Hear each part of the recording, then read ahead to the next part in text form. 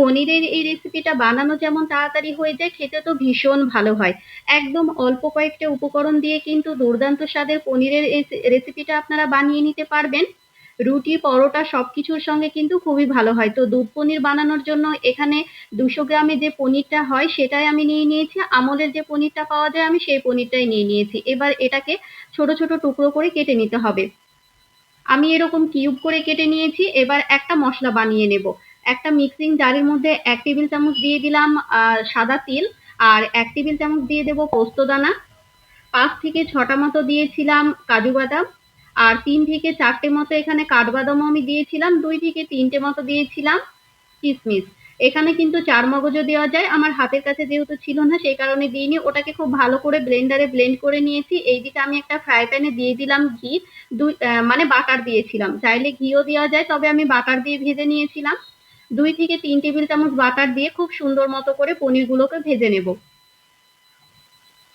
খুব ভালো মতো করে এই তো পনিরগুলো ভেজে নিয়েছিলাম। পনিরগুলো কিন্তু আমার ভেজে নেওয়া হয়ে গিয়েছে, এটাকে আমি তুলে নেব।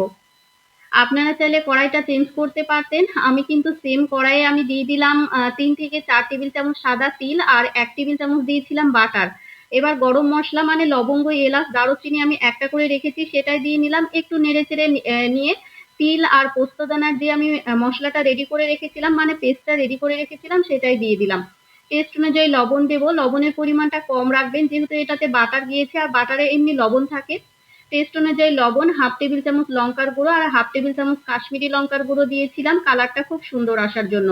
এবার সুন্দর মতো করে এগুলোকে কষিয়ে নিতে হবে।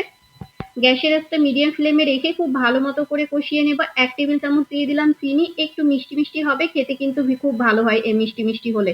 তো 1 টেবিল চামচ চিনি দিয়ে কিন্তু আমি খুব ভালো মতো করে মশলাগুলোকে কষিয়ে নিয়েছি। মশলাগুলোকে বলতে এখানে তো তেমন কোনো মশলা যায় না, একদম অল্প কিছু মশলা দিয়ে কিন্তু এটা রান্না করা যায়।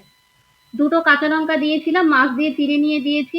দেখুন আমি কিন্তু খুব ভালো মতো করে কষিয়ে নিয়েছি। এবার দিয়ে দিলাম 1 কাপ দুধ, আর দুধটা দেওয়ার সময় অবশ্যই গ্যাসের আঁচটা একদম লো ফ্লেমে রাখবেন, না হলে কিন্তু ফেটে যাওয়ার সম্ভাবনা থাকবে।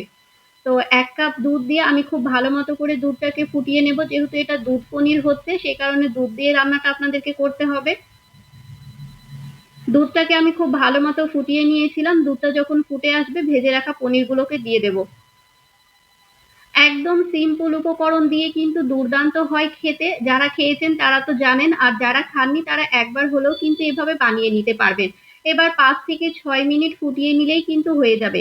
গ্যাসের আঁচটা মিডিয়াম ফ্লেমে রেখে আমি 5 থেকে 6 মিনিট মতো ফুটিয়ে নিয়েছিলাম। নামানোর আগে দিয়ে দিলাম 1 টেবিল চামচ ঘি আর 1/2 টেবিল চামচ গরম মশলার গুঁড়ো। সমস্ত কিছুকে খুব ভালো মতো মিশিয়ে নিয়ে গ্যাসের আঁচটা একদম লো ফ্লেম করে দিয়ে রেখে দিয়েছিলাম 2 থেকে 3 মিনিট মতো। 2 মিনিট মতো রেখে দিলে কিন্তু ফ্লেভারটা খুব সুন্দর মতো ঢুকে যায়, আর খেতে তো ভীষণ ভালো হয়। দেখুন আমি কিন্তু সমস্ত কিছুকে মিশিয়ে নিয়েছি। মাত্র 10 থেকে 15 মিনিটের মধ্যেই কিন্তু রান্নাটা রেডি হয়ে যায়।